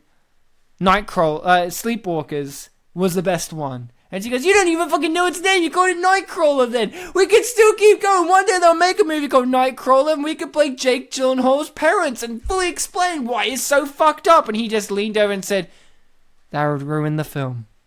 We don't need to know why Jake Gyllenhaal and Nightcrawler are so fucked up in the 2014 movie. And she's like, how do you know it's going to be made in 2014? It's only 1992 right now. And he was right, you know. I think that shot we just saw right there might be another reason why this film would be unappreciated. Women in bathtubs, yeah. No. The other shot, because the one in the mirror, because when I first saw that, I'm like, wait a second, is she on the other side of the bathtub? And I had to rewind it, and I saw, oh, it's a mirror. But Ryan, you learned a lesson. In 1992, I don't think people had as much they had mirrors? much ability to rewind footage. Like, well, they did have videotapes. They did have VHSs, yeah, Ryan, but not in the cinema. You're right. But in the cinema, they wouldn't have, and you know, even if they did VHSs, they might not necessarily been like, oh, let's rewind, let's have another look. Yeah, at that. let's have another look. Yeah, they might just be arrogant as humans are wont to be. Humans are the worst, and say, she's on the other side of the bathtub. She's probably leaning against the faucet. I don't like it. Faucet, whatever you want to call it. Yeah. Faucet. We'll say faucet. Faucet. That sounds too much like forcep. It sounds a bit like a Bostonian faucet. You know, I'm going to those fucking faucets. I'm going to kill the faucet. I'm going to kill you with the faucet. Yeah, pretty much. Oh, God's really tearing down. It's because he heard we're doing Sleepwalkers. Like, let me take a piss on your tin roof. God, we are doing Sleepwalkers. I'm sorry that you couldn't handle it. Yes, it is an unappreciated masterpiece, but whose fault is that? If God creates man and man destroys God, then who appreciates Sleepwalkers? Women. That was a Jurassic Park quote there. There should be like a conspiracy, like God, women, faucets, put it on a wall, red lines connected to everything. What's the answer? Jesus. Oh, Jesus, yes, he's the Hey, how Lord. amazing would Jesus be if it popped up in this movie? Like if Jesus popped up in this movie as a cat, as a sleepwalker, though. That's why that's why he rose from the dead, because he's a sleepwalker. Because they seem immune to any kind of damage outside of cats. Oh, okay, so that's the connection between Sleepwalkers, the different definition in this film, and Sleepwalkers, the thing in real life. Is that whole thing of Jesus waking up again. Yeah. And happening to be a cat. do we know he's dead? Like, yeah, she glassed him in the Jesus? face. Oh, yeah. No, we know Jesus is dead because look at Christianity. Do we know? I like how she really approaches this like a machine. She's like, "Oh, I'm gonna kill you all now. I should have done this to begin with." This is the part where I compliment wait. He gets pushed over. Yeah, is that the opposite you're talking about? Like, yeah, he gets pushed. Well, she wasn't trying to go to murder spree at this point. She was just like, okay, I've got to get from A to B. She just spilled her tomato sauce on the... I love this. Good, I hope he dies. Hope you both die and run to hell. And she's like, how dare you, as a mother to another mother? That's really rude. Imagine if she ended this conflict with the parent-teacher meeting. At the school. Yeah. And the teacher lived. I mean, he's just got one hand. I love this. He's got like a pirate. He can't shoot for shit, but look at his face.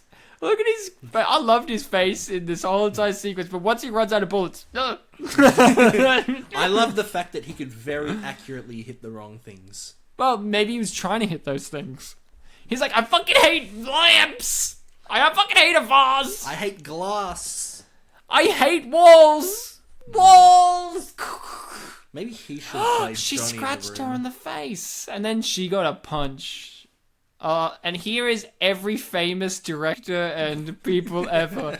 You know, there's so many, like, John Landis is there. Like, why is John Landis, the director of Oscar, is there? This is the year after Oscar. Well, his career took a downside, and he really needed to do something. I love this. This is, again, we've talked about this on the show. So many movies could be solved with mobile phones. Yeah. This is one that shows you the era where the era in which phones of a mobile variety weren't, couldn't be accessed by everyone, and it cost this guy his life. To the point in which, no dinner, no dessert. Those are the rules. You know that rule. Yeah, and also he hasn't had dinner. I'm not allowing him dessert. Also, I didn't even think society is at the point where we make armor specifically against corn. So, well, you know how we have armor piercing, like armor, armor that's your bullets can't pierce, and they have to make armor piercing bullets. Well, even if we did make armor that cannot be pierced by corn cobs, they would make armor piercing corn cobs. That's just how it works. And I think it's worth pointing out, Ryan, like this whole advancement of society. Like you like to bring up, oh, this would have been so much easier if they had mobile phones. Yeah. Whereas decades ago, they might have said, oh, this might have been so much easier if they had cars like what we have. But Ryan, in about 100 years, they're going to look back on films that come out tomorrow, and maybe even this film, and say, oh, this would have been so much easier if they had this device that we can't conceive. It's just a fascinating look at history. Well, and we can look at things like, oh, Black Annie. They might have Instagram and mobile phones and all that. But they didn't have sex robots. It would be so much easier if they had this thing. And that's the excitement about the world progressing and developing. And I think that's the message of this episode. Yeah, I just really want to note down, what happens to the mum in this sequence here? Because I didn't pay attention if she just snaps this guy and runs back. Oh, she shoots the police cars and they explode instantly. Okay, so she got a bit of Schwarzenegger blood in her. Schwartz blood, yeah. I just really want to know, because I'm like, did the mum die? Because, spoiler alert, her heroine lives at the end, and she's like, it's just me and you now, Clovis. I'm like, did your mum die? Like, oh, you mean not the antagonist mum? Yeah, like her mum. I would have said meow mum. So she shoots these cars. The mum's not there because the mum's behind her. Shoots there, bam. Maybe there's a deleted scene where she goes inside. It's like, oh, mum, you're alive. Because there was a policeman that was holding the mum, being like, I guess not. Like, I guess the mum's alive. I mean, she's unconscious, so how does she know it's just her and Clovis, you know? Maybe they should have had a scene at the end of the credits just to establish it. Maybe they did. By the way, I'm alive. The end. Hashtag live. This film would have been so much better if they had hashtags and mobile phones. This film would have succeeded at the box office if they included Justin Bieber. If the trailer had, a hashtag for the film. Can you imagine them remaking this film today? The answer is no, because studios don't have the balls to make a film like this. But they would, because it would be a remake. And studios love remakes. Well, they haven't remade a Stephen King thing recently. No. I say that even though you've mentioned like 3 this episode already. Yeah, It being the specific highest grossing film of this year. And then the others are original. Gerald game, like of terms of remake of movies and stuff. I haven't seen Gerald's game, but I've seen Gary's game from the Pixar short. Yeah, how was it? It was really good, but it wasn't a horror. No, Gerald's game's more of a suspensey kind of thing. I don't know, I haven't watched it myself. Look how many cats there are. Okay, Bartek, you're a cat expert. A catspert. Why don't the cats just attack her house? Clovis proves that you can just smash through a window and go in there. It's a very good question, Ryan.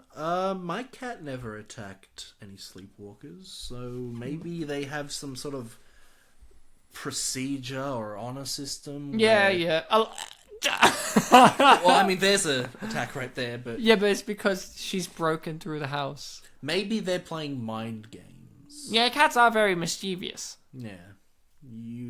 That is kind of like an idea, like you don't really know what a cat's thinking. Like there are other schools of thought that say that cats do show affection by doing things that like we humans don't really perceive as being social.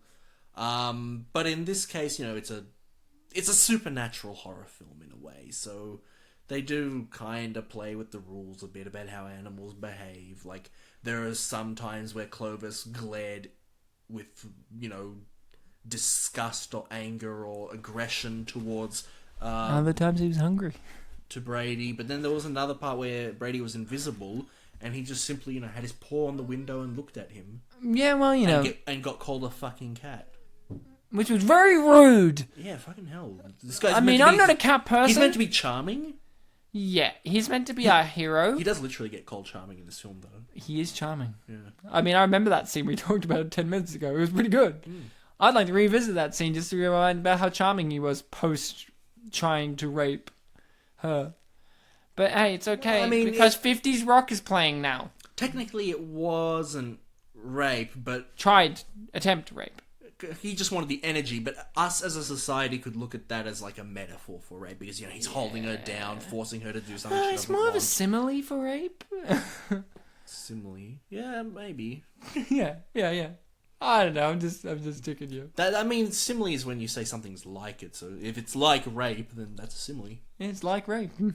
But metaphorically, we can just say it was. You were speaking metaphorically. It is spiritually, rape. It's rape. Spiritually, I don't know where spiritual poetry comes from, and you need to. Well, I'm a Stephen King expert. He uses spiritual poetry all the time. Should we make a limerick about rape? Nah, I'm good. Okay. I don't want to get into that. Here's something I was very concerned about in this. He's alive still, but he's dead. Like, she says he's dead, but then he raises up, and I felt like, is the mum using magic? Yeah, this is one. But then I noted down that I rewound this, and he was breathing when she said he's dead. I did notice that. So he's alive, but now he's dancing like a puppet. Like, this, the way he's doing.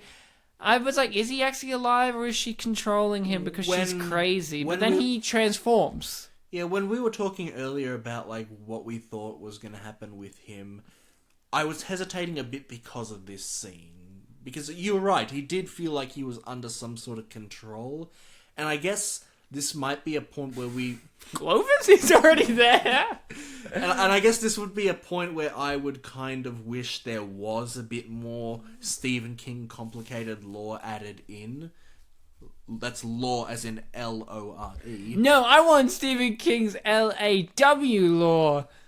Where it's one bullet to the head kind of lore. Like, that's him. Like, Stephen King's like a bullet to the head. It's like, how about this, Ryan? How about we just talk right now about Sleepwalkers and list out what their abilities are? Just to, like, get a profile. They can pretend to be... They can shapeshift. Yeah, they can shapeshift between human and Jake Lloyd and cats. Yeah. They're like energy vampires. They suck energy out of your mouth. Through sci-fi they pipes. can make themselves and objects invisible. Yeah. They can also shapeshift objects. Yeah, that's right. Yeah, he changed the car model, right? Yes, but and color. He has to be in proximity to the car because I think it's like when he went to the graveyard, he was too far away from the car, so it changed back to the blue car. Was it too far, or was that already when he was sucking energy out? No, it was before. Before the energy sucking. Yeah, so we listed like 6 things there. So that's a lot, and they're invincible to man-made, like, the injuries. Bullets don't do much. They can be blinded, say, but they don't regenerate. Yeah, they need eyes. Yeah. It seems like they don't regenerate, though, from these injuries, necessarily. Like, it's not like he got stabbed in the eye and it grew back. Dead cat because he shot it. I didn't notice when I first watched it, but the way she threw that cat was very, like... I really like the fact that he sees this and goes, holy shit, and knows a shotgun won't work and runs away. Cats without it. Yeah, cats don't really, like shotguns. So there's a lot of powers that we just kind of explain. And those are the ones we know about. Yeah, and then we get to this point where... Super strength? Yeah, I guess. He ripped the guy's hand off. True. But then we get to this point of, like, is a power happening to make Charles Brady stand up again? Or is that just... Or has he got super strength? Or is that, like, him on his last legs, like his last stand? Like, what's going on? Last stand, good one. Oh no, his hand! I wasn't referencing anything, but yeah. Stephen King's The Stand. Oh, okay. You could take the credit. Go on, take it. Take it! But Ryan, I like Queen more. Yep, you got it. Nailed it. So I like how... Oh, slit the wrist, but it's okay, she's fine. The bear trap, the rabbit trap or whatever on her fucking head. I really was rooting for the sheriff. I was like, yeah, and then a picket fence comes into it. Through his chest. Didn't you think that was a cool way to go? She just like fucking spins him, slaps clearly like a dummy. He died by the conventions of a suburb. A picket fence. I like how she doesn't know how to start a car because she's a teenager. It's not necessarily like she knows how to drive. We haven't seen her drive. She gets a lift from her dad. Ryan, do you know how to start a car? I'm a teenager, so no. Oh, no. For listeners of the podcast for the first time, they're like, oh, I didn't realize that Ryan was that young. Yeah, I'm young! I'm much older than Ryan. You know, Bartek is a 48-year-old man, and I'm his 9-year-old buddy. I'm literally half of that age, but yes. He's a 48-year-old man, and I'm his 9-year-old buddy. So, we are about to end the film, unfortunately. Very sad the film has to end, but it ends We're not ending it early. Fire. The film's about to end. It ends with cats scratching this woman to death, and she bursts into flames. But then she transforms back into a human self just to say, "You killed my son!" Just to remind her. Is he dead? Did. I guess now he is, because she said so. She's an expert on this. Yeah. I mean, she knows... She said he wasn't. She knows Sleepwalkers. She is one. Yeah. And the cats just look on. Because they're like, well, we know what we've done. Ah, I'm still alive. How could you? You killed my son, my only son. The final plot twist. She can drive. No, the final plot twist is his only son. So there's no more of her offspring. I thought it really was a plot twist was she knew how to drive and just was like, I'm just curious. Well, she knows how to reverse and crash into something and then cry. Hey, but Clovis is okay. Yeah, I know you audience members are saying, hey, does Clovis make it out alive? You're damn right he does. He makes it out great. Jump scare Clovis. Clovis is like, it's okay. I might have scared you, but I am not scary. I'm scared of him. Ryan, scary is like a simile? An adjective. You can't be... you can be scared, but you can't... You can be scary, but you can't feel scary. Well, you kind of can I be scarier? My argument's falling apart, Ryan. What do we do? What do I do? Well, actually, can you help? What do we do? I don't know. It's just me and you now, Bartek. Mum's dead, as far as I know from my unconscious moment. Ryan's holding me like Clovis right now. Or is Clovis holding us like he was being held by her? Little do we know that this is taking place in a universe where these people are giants and the cats are giant for us. But they're normal size for each other. Like you know, it's like the cats are small. Like this is taking the same universe as the BFG. Big fucking gun? Yeah. Big fucking gun. Yeah, you nailed it. Thank you, Rusty Schwimmer, as housewife. What about Borges Christophe? I loved them too. And, of course... Sparks as Clovis. Can we give a round of applause for Sparks? Yay! Excellent. Now it's time for our reviews and rating. I'm going to go straight into it. No, you know, like, this was a movie that really, really needed to be called Nightcrawler, so I stopped saying that accidentally. No, Sleepwalkers. 1992. Think of it. It was a simpler time. It was an interesting time for movies. Lots of interesting movies came out around that time and before. What a time to be alive. You go to the cinema and there's a new Stephen King movie out. One not based on a book. That's pretty rare. Even rarer, he wrote the script himself. What excitement you must feel. You're a Stephen King fan. I mean, who isn't? He's the master of horror. You want to see this movie. It has actors that you're not aware of, but you're too young to see it. It's 18 plus. It's the first ever movie that you snuck into that's R-rated. How cool is that? You see a movie that's R-rated, 18 plus, you snuck in. By yourself. You managed to get in. How neato is that? And you see a movie, your first 18 plus movie, and it involves incest. A cat named Clovis. And it involves 1950s rock. It screams teenagers of the 90s. That nothing says only 90s kids remember like incestual 1950s rock and roll soundtrack with the guy who played Otho from Beetlejuice. And you're sitting in the audience and you say, whoa, this movie is so wizard. And little do you know, George Lucas is behind you. And he likes what you just said. And he just went, I gotta remember that kid. And then he looks up at the screen, he sees Jake Lloyd, and he's like, wait, that kid or this... That kid's so wizard. But hold on a sec. You take off your hat and trench coat that you made to look like a businessman adult, and you are Jake Lloyd. And you turn around to George and you say, it is me! Hire me now! And he goes, maybe, I need to see more works of yours. And that's when you hear, I'll hire him. You can play my son in a movie where I get to be the Christmas man. Jingle all the way. And then he says, that's you. You say, are you an angel?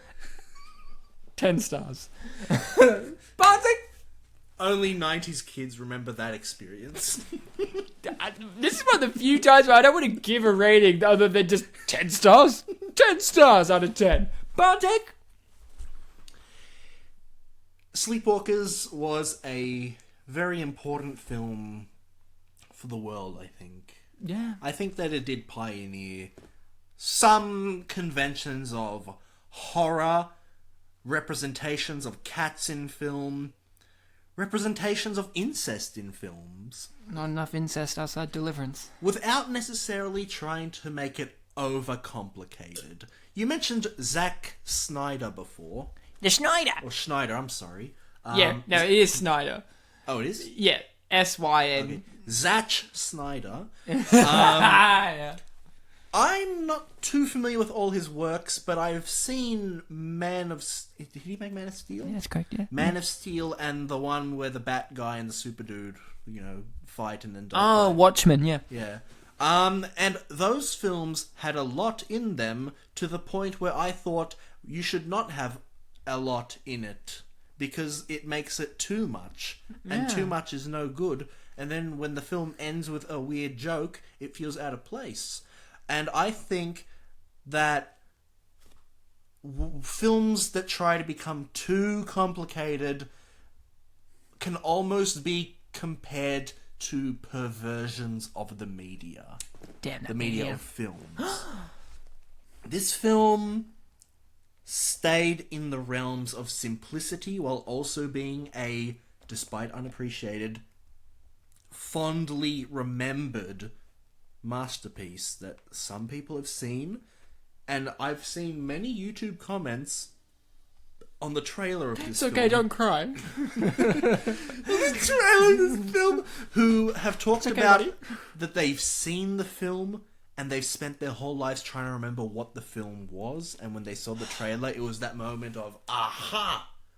That's it. That's it. Gotcha! You didn't run away from me this time, You got Clovis. me. Meow. Meow indeed. I think that even if you're not someone who's seen the film or is familiar with it or Stephen King or anything like that, I think all of that can be relevant but can also be irrelevant. I think that if you watch it with any level of expectations that you can. Ryan had some. I had some that were completely debunked within the first couple of frames. And, right there, bam. And you know what? You're all thinking that, like, wow, Ryan and Bartek. There's only 2 listeners, so you can say you're both. Ryan and Bartek are so different. One's 9, one's 48, and they both came in with different things. But what's at the end? We both loved it. Loved it! We both thought it was amazing film. I can't wait to sneak into it. An amazing film. Asterisk, because I made a mistake. I forgot the key word. Fucking idiot. And film very good. I like very much. So the rating that I will have to give this... Sorry, yeah. Sorry, I'm still thinking about how mine turned out as a review out with Jake Lloyd. Go on. The rating that I will give this film is 10 wizards out of Annie.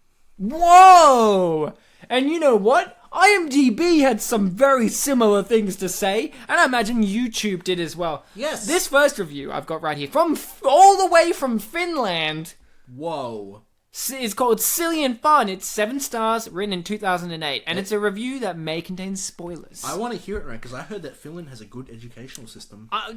Prepare to be educated. I'm ready. Although written by Stephen King, an overrated writer if there ever was one, this is actually quite entertaining B-movie.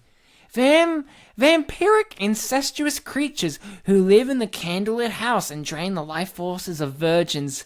Great graveyard scenery, heroic cats, and a very pretty virgin. The soundtrack even has Enya's music, an idea which I found quite nice. They put a bunch of full dots there, so I had to do the space there. Oh, super ellipses. Quite nice. I'm sure King is disappointed to this little movie, although it has crappy dialogue and ideas, all of them from a true and tedious King potboiler. Albeit, Sleepwalkers, if I'm understood right, is a script without any novel or short story behind it. Still, those touches of sewer odors show he didn't use a ghostwriter after all on this one. After all? Yeah. Okay. They were worried that there might have been a ghostwriter on this one, but he didn't. And then I have another one here. There's no star ratings on it. It's called Madchen Amick dates a cat-hating, mother-loving freak of a monster. This is written in 2003 by Dr. Gore. So I'm imagining Al Gore wrote this. And this review may contain spoilers, so let's hear what Al Gore had to say about this. And it's going to be the truth. Spoiler alert! Spoiler alert! Stephen King must have been petting his cat one day while listening to Sleepwalk by Santo and Johnny when he was struck with inspiration. Cats, cats, cats, cats, cats, cats. I love cats. I love this song. How can I get these two loves in one movie? Thus, Sleepwalkers was born. How come this guy didn't become president? I don't know. Impeached. Two freaky monsters move to a small town so they can suck the life out of a virgin girl. They both despise cats and love each other. Yes. Mum and son getting it on like all monsters should.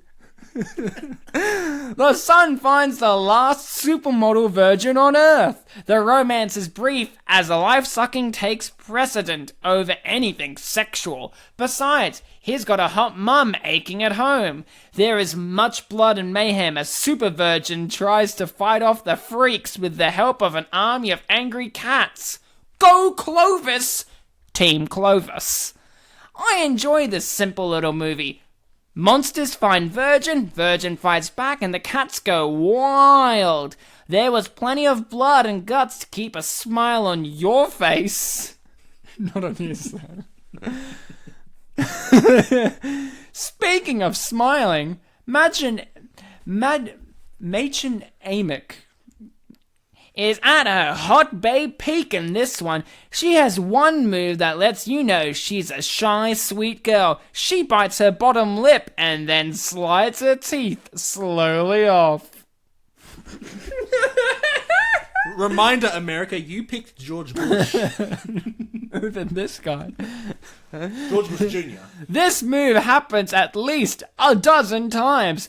I could have watched it a dozen more. Virgin teasing. The monster was hooked at that point. So was I. One last thought. What decade is this supposed to be set in? The main monster loves sleepwalk, and she is shaking her groove thing to Do You Love Me? In other scenes, there will be loud modern rock music blasting away. King obviously loves his 50s rock and or roll, but I had a hard time imagining a 90s girl doing the twist and the mashed potato. Bartek, Al Gore even had a review on this one. But what did YouTube have to say? Did George Bush Jr. come in there and say 9/11 was not an inside job, but Sleepwalkers definitely was for when it did not get appreciated? Yeah, but I didn't include that one. Okay. It was too controversial. I will say, though, I did like that song, though, but I've only heard the Blues Brothers version. Oh, The Do You Love Me? Do you love me? I love this movie, no matter critics! Exclamation mark, and then in brackets says, critics are often just nerds. Might be intelligent, but superficial. I don't know if they spelled superficial correctly, but don't worry. They didn't. And often it's the same movie that critics hate and people adore. Actually, good critics are rare. So this comment was mostly about critics. Take that, critics. She gave a low rating to critics, but she loved the movie no matter critics. 1-star critics.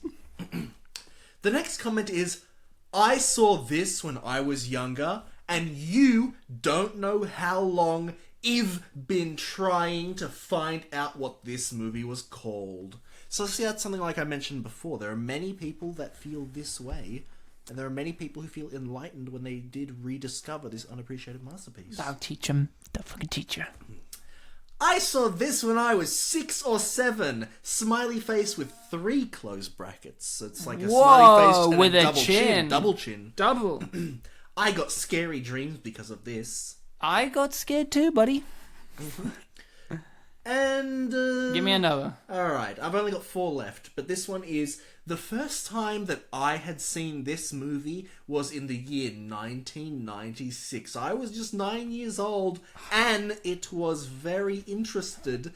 And no, I was not scared. I was excited because it was my first horror movie, and I love the movie from then until now. I can't get enough of it. Wow. Well, Bartek, someone couldn't get enough of this movie either, because I have an 8-star review here. It's called I Lied. It does have to hurt. That's a quote. And it's from 2017. So this was a really fresh review. And the review may contain spoilers. I was 9 when I first saw this movie. Could it be the same person, Bartek? Okay. A friend recorded it from TV with his VCR and then brought it to my place. In brackets. It was ages ago, as you can see. It was pretty scary, or at least that's what the 9-year-old me thought. Last night I saw it again for the first time in centuries. It went well, kinda. For some reason, I forgot about the relationship between mother and son and found myself a bit disturbed by it through the whole movie. It was probably because of how they portrayed it. The story was actually pretty interesting, although I felt they didn't explain it that well. The rose, for example, why the dead girl at the beginning had one, and why did the mother gave one to Tanya? The acting was good. Everyone gave their best with what they had. But as much as I love Madchen Amick, I'm pronouncing it different every time, she wasn't that convincing as the leading/final girl. It's like they wanted her to act as dumb as possible. The effects, however, were great. They might look dated nowadays, but they were cool for the period. The sleepwalkers were menacing, but they kind of looked like a giant sphinx cat. The scene where Tanya is at the Brady's house and they reflect on the mirror killed me. I screamed. The film's length was okay. Not too long, but not too short, and the pace, well, it was good for the most part. Everything was fine until Charles attacks Tanya and killed the officer in the cemetery. Yeah, Bartek, that was really sad. It went completely apeshit from there. It's like they thought, okay, The movie started an hour ago, and we haven't had enough action, so let's do it all together right now! It was so nonsensical. The mother went to Tanya's house, killed the officers, blew up some cars, killed Tanya's father, threw her mother through a window. By the way, I laughed a lot at that. And stabbed the other officer with an ear corn. No vegetables, no dessert. Those are the rules. I couldn't catch a break, to be honest. It was all too much in so little time. And then the final showdown. It was hysterical. For reasons unknown to me, I found the fight scene with the cats really funny, with the neck snapping and everything. I gotta admit, I was really scared when the mother told Tanya to dance with the dying Charles. Oh, I almost forgot about the cameos. I love Stephen King's scene. All in all, it was a pretty entertaining movie, and I would definitely watch it again. Well, it wasn't the same person, right? Because this person said, I was not scared. I was excited. I noted that. What else did YouTube have to say? Third last comment. Dun dun dun. This is a top 10 video, everyone. I hope you enjoy it. Top 10 reviews. Number 3. I made my BF watch this yesterday, and now he thinks he's Charles Brady now. That's not a good thing. He should be him for Halloween. That's not a good thing. He thinks he has sex with his mum? That's why it's only number 3. And coming in at number 2. Over to you, Bert Newton. Just watch this movie. Lol, it's fantastic comedy film. A lot of weed and watch this movie. You will laugh all movie. A lot of weed?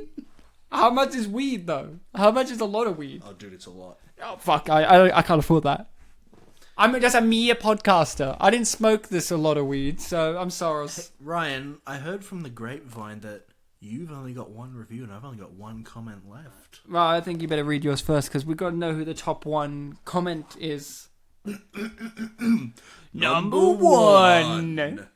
I was trying to remember this movie. Thanks for putting the trailer up. 2 carrots, the Shift 6 thing. Saw most of this years ago with my stepbro and a few of his friends. They called me a sleepwalker for a while because I like cats so much and they would run away from me. And then... That's not how it works. Greater than, underscore greater than. Like a face, it's like... Okay. And that's it? Number 1 of the IMDb comments. Handsome, sexy man of her dream turns out to be a killer and a cat hater. 8 out of 10 stars. From 2003. From a person in Auckland, New Zealand. Wow. Whoa! Is one thing I can say about this movie. Personally, I'm one of those people who loves cats, so that would have been a big downside to the movie. But I loved it how the cats from every whir got their revenge at the end. I liked the movie, but I have to admit, it was because I found Brian Krause, who played Charles Brady, very, very irresistible. I guess the lust got the better of me for watching this movie. There was one thing that I was disappointed over, though. I've watched Charmed before, and Brian Krause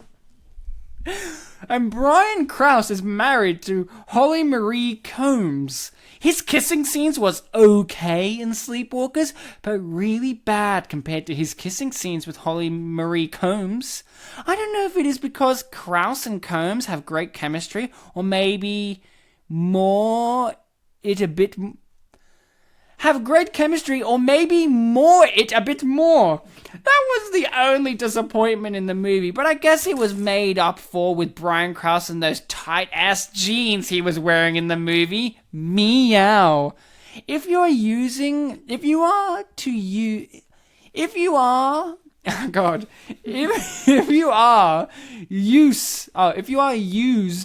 to seeing Brian Krause as Holly Marie Combs' heavenly husband and the father of her son, you're in for a big surprise with this movie. He was nothing like Angel Boy. Although, now that I think about it, it would have been great to see Krause's character on Charmed taken over by evil, making him something like he was in Sleepwalkers. I also have to say the music was great in this movie too. And that's it. No, that person really likes Charmed, I reckon. We all like Charmed. Never seen it. No, change your answer. You've seen it and you like it. I love Charmed. Everyone loves Charmed. Everyone loves Charmed, yeah? It's better than Buffy. Is it better than Bewitched? Everything's better than Charmed, but nothing's better than Charmed at the same time. It's that kind of TV show. Like, Charmed's one of those shows where everyone loves it and no one remembers it enough. Charmed has Australia's favourite actor, Julian McMahon, in it, as equivalent of the devil. I didn't know countries liked actresses. Actor Julian McMahon is a man. I knew they liked actors, but actresses is what I didn't know. No, we don't like them. Julian McMahon is the son of a prime minister. Yeah, James McMahon. Yeah, Julia, it's a daughter, Ryan. Sorry. You guys, we've come to the end of the episode. It's a tragedy, but it's also an upbeat thing. We're doing Spooky Month, you know. Stay tuned, because we're going to have some more scary, suspenseful, arousing films coming up for you. You know, and if you want to help us out, you know, give us those, you know, this is about a show where we're wrapping up now, and I've got to say, give us the like on the Facebooks, or you know, the rating on the iTunes, or the message on the MySpace. We don't have a MySpace, but imagine if we did, you know. You make us one. Write something for us. Make us a MySpace page, you know. And I'll be honest, if you're going to have a MySpace page for us, and I haven't looked at MySpace in a while, but if they still have that thing where you get to have like a song on your page. Oh, yeah. Could you please choose an Enya song? Because this episode has Enya in it, apparently, in the movie. And we love Enya. Enya, phone me. We would also accept any song from the Annie soundtrack or child stars on your television. Yeah. Or if, you know... Or a cut of Ryan going, douche, douche, from our Century 2 episode. Yeah, any episode where we rap, put that on there, you know, if you want. I'm not pushing you. But I'm not pulling you either. You guys, as always, have been fantastic, amazing, superfluously stupendous, wonderful listening people. Did you say wonderful? I did say wonderful. That's really nice. And I called them people. Yeah. Idiots. I fucking hate those guys. But they're wonderful. They're okay. Yeah, okay. Wonderful. As always, remember to be kind to each other. And, you know, a lot of horror movies end with, like, a twist. It's like, oh, sudden bad ending. So I guess we have to do that for this episode now, too. Not everyone. This movie had a happy ending. Well, this episode is, you know, because it's a spooky month. We have to scare people. Oh, okay. So I'm going to make a big confession that will scare the shit out of the audience. I'm scared already. Meow. Meow. Meow. Meow. Meow. Meow. Meow. Meow. A meow's a meow? Meow. Yeah, meow. Get the meow out of here!